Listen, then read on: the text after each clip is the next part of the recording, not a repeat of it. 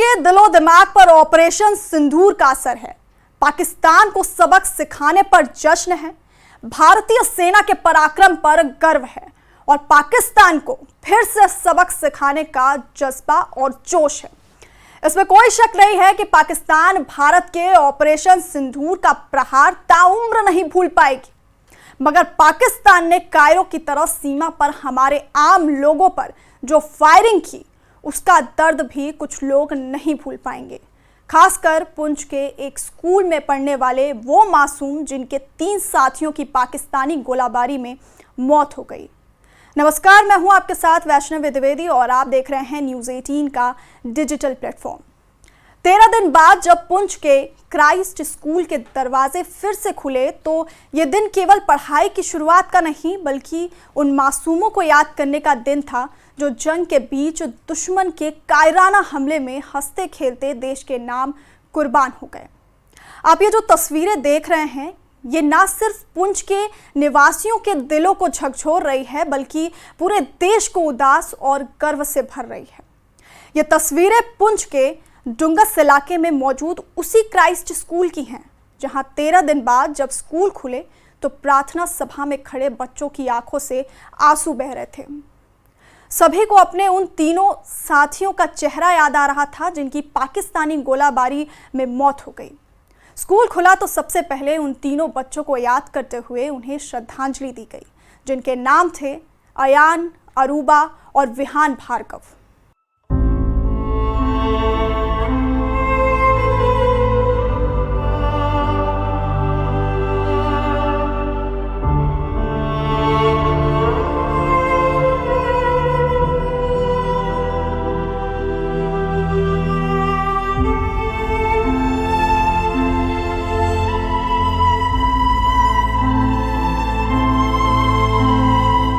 पहलगाम आतंकी हमले के बाद देश ने ऑपरेशन सिंदूर चलाकर पाकिस्तान को मुंहतोड़ जवाब दिया।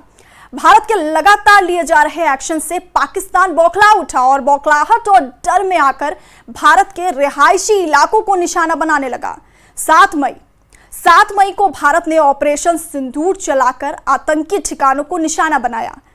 वहीं कश्मीर की दुहाई देने वाले पाकिस्तान ने अपनी नापाक हरकत दिखाई और मासूम नागरिकों को अपना निशाना बनाने की कोशिश की।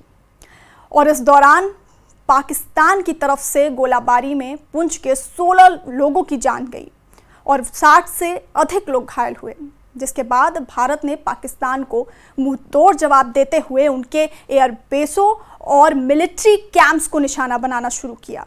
दुनिया में अलग थलग पड़े पाकिस्तान ने अपने घुटने टेकते हुए सफेद झंडा दिखाया और दुनिया में गुहार लगाना शुरू किया।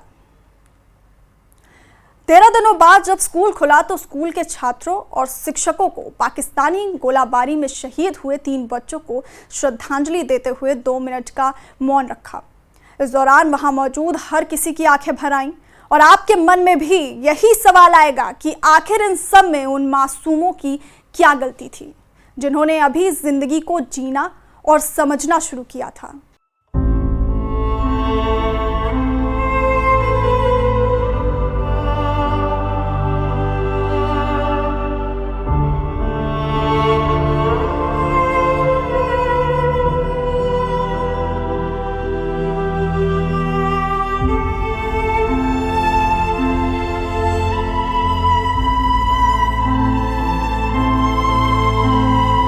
स्कूल काफ़ी देर बाद खुले शेलिंग के बाद और डेफिनेटली इसके बाद बहुत लॉस हुआ है जो कि वापस नहीं आ सकता। हमारे 3 स्टूडेंट्स हमारे साथ नहीं हैं आज, जो कि फर्स्ट डे ऑफ शेलिंग में ही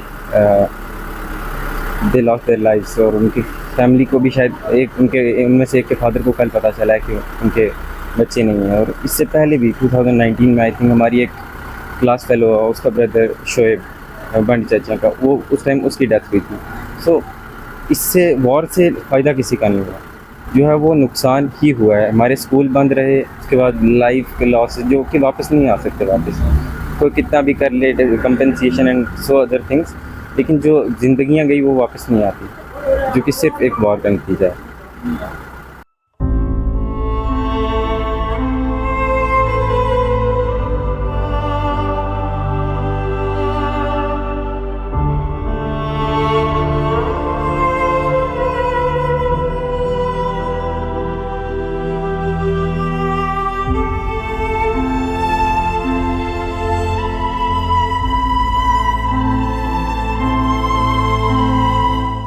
हमारा स्कूल है, हमारे स्कूल में मतलब हम लोग कितना अच्छे से मतलब स्कूल में पढ़ते हैं, पर जैसे जिस तरह से ये वॉर हुई उस तरह से सब कुछ डिस्टर्ब हो गया है।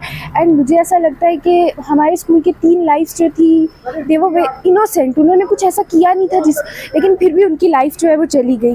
तो वॉर कोई सोल्यूशन नहीं है कि आप किसी चीज़ को निपटा सकते हैं। हमें मतलब पीस, अगर पीस चाहिए तो वॉर की कोई ज़रूरत नहीं है, and war is not a good thing. तो यही मैं कहना चाहती हूँ कि हमारे स्कूल के 3 इनोसेंट लाइफ्स जो हैं वो गई हैं, उनका कोई कसूर ही नहीं था। और पुंछ में भी ऐसी कितनी जो डेथ्स हुई हैं जिनका कोई कसूर नहीं था। तो मैं ऐसा कहना चाहती हूँ कि जो वॉर है तो वो होनी ही नहीं चाहिए, एंड हमें एक ऐसा प्लेज लेना चाहिए कि पीस के लिए वायलेंस की ज़रूरत नहीं है।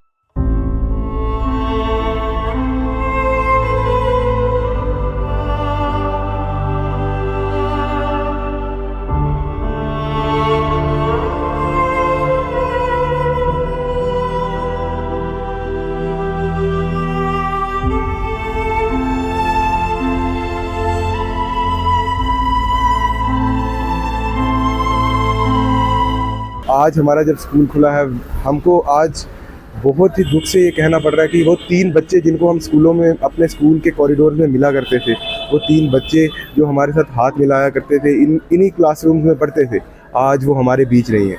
उनके परिवार दुखी है, उनके स्कूल दुखी है, और ये पूरा पुंछ और कहीं ना कहीं पूरा जम्मू कश्मीर, पूरा हिंदुस्तान दुखी है। तो हम यही कहेंगे कि जंग ना हो। वैसे तो हिंसा या युद्ध किसी के लिए भी अच्छा नहीं है, लेकिन युद्ध का सबसे बुरा असर बच्चों पर होता है। युद्ध के कारण हर साल बहुत सारे बच्चे मारे जाते हैं। संयुक्त राष्ट्र महासचिव की पिछली 3 वार्षिक रिपोर्टों के अनुसार 2022 में 24 देशों में कुल 2985 बच्चे मारे गए। 2021 में 2515 और 2020 में 22 देशों में 2674 बच्चे मारे गए। 2019 में 4019 बच्चे मारे गए। आंकड़ों के मुताबिक 1 जनवरी से 31 मार्च 2024 के बीच हुए हमलों में 25 बच्चों की मौत हुई। सबसे छोटा बच्चा सिर्फ 2 महीने का था। संयुक्त राष्ट्र के आधिकारिक आंकड़ों के अनुसार 2022 में युद्ध के बढ़ने के बाद से हमलों में कम से कम 600 बच्चे मारे गए हैं। यूनिसेफ के अनुसार वर्ष 2025 के शुरू से पश्चिमी तट में 13 फिलिस्तीनी बच्चों की मौत हुई है। युद्ध का बच्चों के मानसिक स्वास्थ्य पर भी गहरा प्रभाव पड़ता है, जिससे वो मानसिक विकारों से ग्रस्त हो जाते हैं। यह आंकड़े सुनकर दर्द सबको होता है, मगर सवाल है कि फिर भी विश्व शांति का नारा देने वाला 21वीं सदी का समाज आने वाली पीढ़ियों के साथ ऐसी बर्बरता और क्रूरता की हद तक क्यों उतर जाता है? क्या दुनिया मासूमों की बलि लिए बिना और युद्ध किए बिना शांति से नहीं रह सकती?